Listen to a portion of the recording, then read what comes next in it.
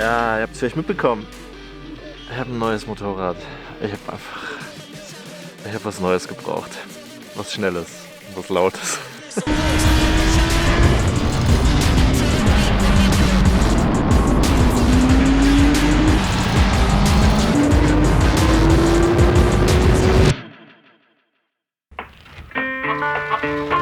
Generell muss man schon sagen, weltweit, sag ich mal, waren Motorräder rein historisch betrachtet immer Fortbewegungsmittel für Leute, die sich kein Auto leisten konnten. Das merke ich auch immer so auf den Reisen, zum Beispiel in Marokko.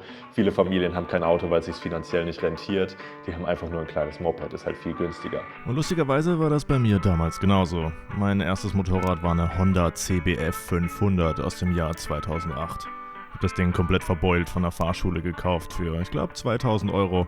Einfach weil es das günstigste Motorrad mit ABS war zu dem Zeitpunkt. Und ich hatte mit der Honda eine geile Zeit. Ich habe die ersten Roadtrips damit unternommen und es war ein super Motorrad. Aber letzten Endes war es mir einfach rein ergonomisch gesehen viel zu klein. Ich hatte dann Knieschmerzen und so und ich habe auch gleichzeitig diesen Adventure-Bike-Hype so ein bisschen mitbekommen. Ich wollte auch Offroad fahren, Abenteuer reisen und so weiter. Und dann habe ich mir die günstigste Reise-Enduro gekauft, die es für Geld zu kaufen gibt. Nämlich die Royal Enfield Himalayan. Ich sag mal, rein vom Charakter her ein wahnsinnig tolles Motorrad. Ich finde, es sieht geil aus, hört sich geil an, macht Spaß mit der zu fahren, wenn sie fährt. Ich hatte mit der Himalayan wirklich so viele Werkstattbesuche wie mit keinem anderen Fahrzeug in meinem Leben. Ich hatte in 2 Jahren 3 kaputte Batterien wegen der verkorksten Elektrik. Dazu kam noch ein kaputter Tachosensor, ein gerissenes Felgenband, ein gerissener Kupplungszug, ein kaputtes Lenkkopflager, Scheinwerferprobleme und dauerhaftes Ölschwitzen am Zylinderkopf. Und dazu war auch noch die Spritmischung derart lean, dass das Motorrad während dem Warmfahren häufig einfach ausgegangen ist. Ich hatte schöne Zeit mit ihr, war mit ihr in Norwegen. Wir haben dann Sophie auch noch eine gekauft. Wir hatten also 2 Himalayans. Ich habe sie verkauft, weil ich ein bisschen wieder was Schnelleres wollte und auch was Leichteres. Daraufhin habe ich mir die Honda CRF 250L gekauft. Das ist eine kleine Enduro, mit der ich ja auch in Afrika war. Und die Tenere 700, eine größere Reise-Enduro, weil ich wieder ein bisschen Bock hatte, auch mal ein bisschen anzugasen. Hab die Tenere dann aber letzten Endes wieder verkauft, weil sie mir einfach zu schwer war für, wenn ich Offroad fahre, alleine beladen. Ich habe auch super viel Kamera-Equipment und Technik und so dabei. Ich glaube, ich bin mehr dabei als der durchschnittliche Reisende. Jetzt stand effektiv nur die CRF 250L nach der Reise in meiner Garage und ich habe gedacht, ey, ich brauche wieder was Flottes. Und ja, was soll ich sagen?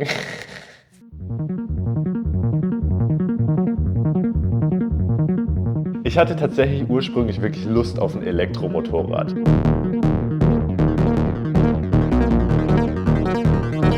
In der Theorie hast du viel weniger zu warten, du hast nur einen Gang, du hast unglaubliche Leistung gleich direkt. Auch der Gedanke, klar, es fehlt der Motorensound, aber ich muss ganz ehrlich sagen, es hat doch auch was, wenn dein Motorrad komplett leise ist und du hörst vielleicht die Vögel zwitschern. Und ja, das ist einfach, Ruhe kann auch toll sein.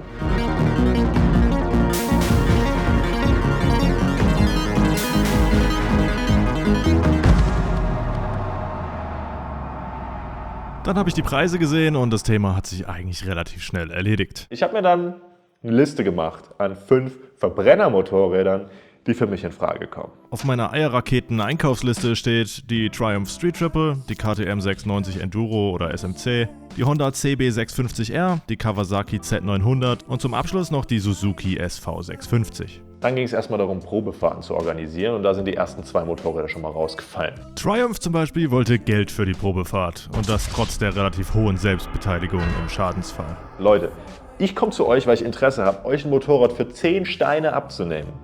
Und ihr gönnt mir noch nicht mal mehr 1-2 Liter auf euren Nacken. Und ich gedacht, okay Leute, dann verkauft es an jemand anderen. Ich habe ja noch 4 andere Motorräder auf meiner Liste. Also rief ich bei KTM an für die KTM 690. Die Jungs von KTM waren super entspannt und haben mir auch direkt einen Termin für eine kostenlose Probefahrt gegeben. Doch am Tag der Probefahrt bekomme ich einen Anruf dass jemand vor mir eine Probefahrt hatte und die Karre geschrottet hat. Also war die KTM 690 erstmal out of commission, aber ich hatte ja noch ein paar andere Probefahrten geplant. Dann habe ich gedacht, na gut, gehe ich einfach zu Honda und hole das mit KTM einfach nach, die Woche drauf, wenn sie die Karre wieder repariert haben. Stellt sich raus, das war eine ziemlich teure Entscheidung. Oh mein Gott, das ist gut!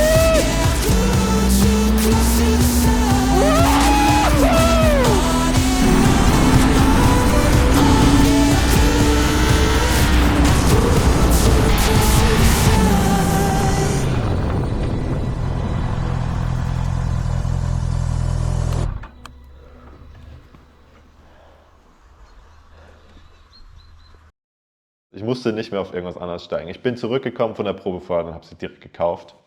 Nagelneu. Weil, warum auch nicht?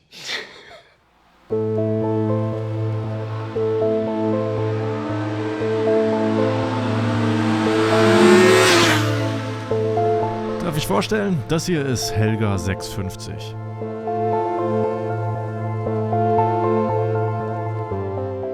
Der Style nennt sich Neo Sports Café in der Farbe Matte Dim Grey Metallic. Ja, die Marketingabteilung wird sich auf das Branding sicher gegenseitig richtig eingewedelt haben, aber mir ist die Bezeichnung ziemlich Wayne. Ich weiß nur, das sieht richtig fett aus.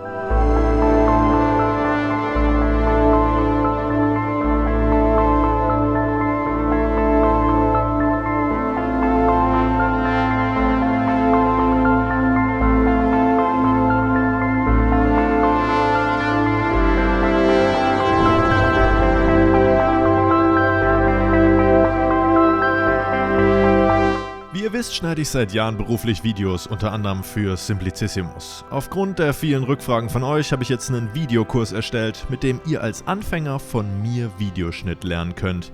Und das ziemlich ausführlich. Checkt den Link in der Beschreibung oder geht auf adventurous.de, um das Ding abzuchecken.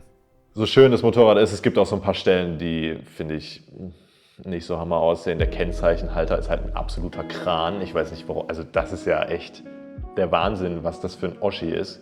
Kommt bei der nächsten Gelegenheit runter.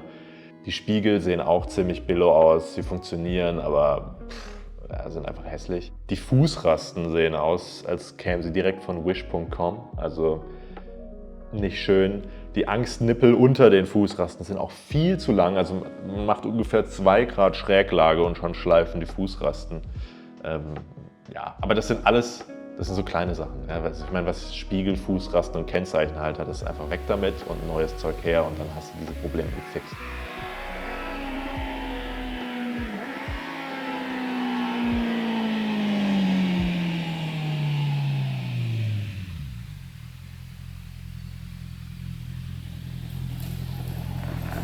Meine Honda-Motorräder waren immer gute Bikes, aber eigentlich immer recht neutral und emotionslos. Mit diesem Motorrad hier ist es anders. Aber warum?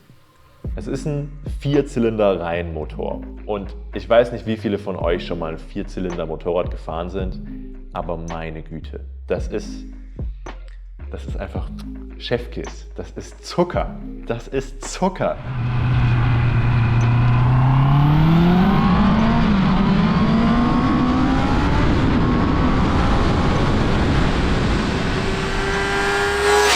Dieser Motor dreht hoch bis auf 12.000 Umdrehungen und ihr könnt euch nicht vorstellen, wie sich das anfühlt, auf diesem Motor zu sitzen, wenn er Richtung 12.000 Umdrehungen hochgeht. Das ist Wahnsinn.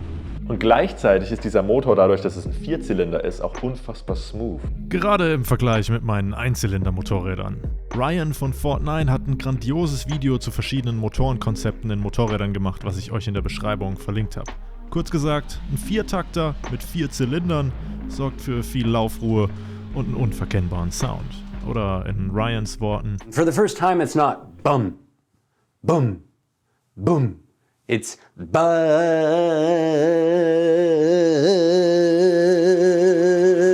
which is why inline 4s are nicknamed screamers.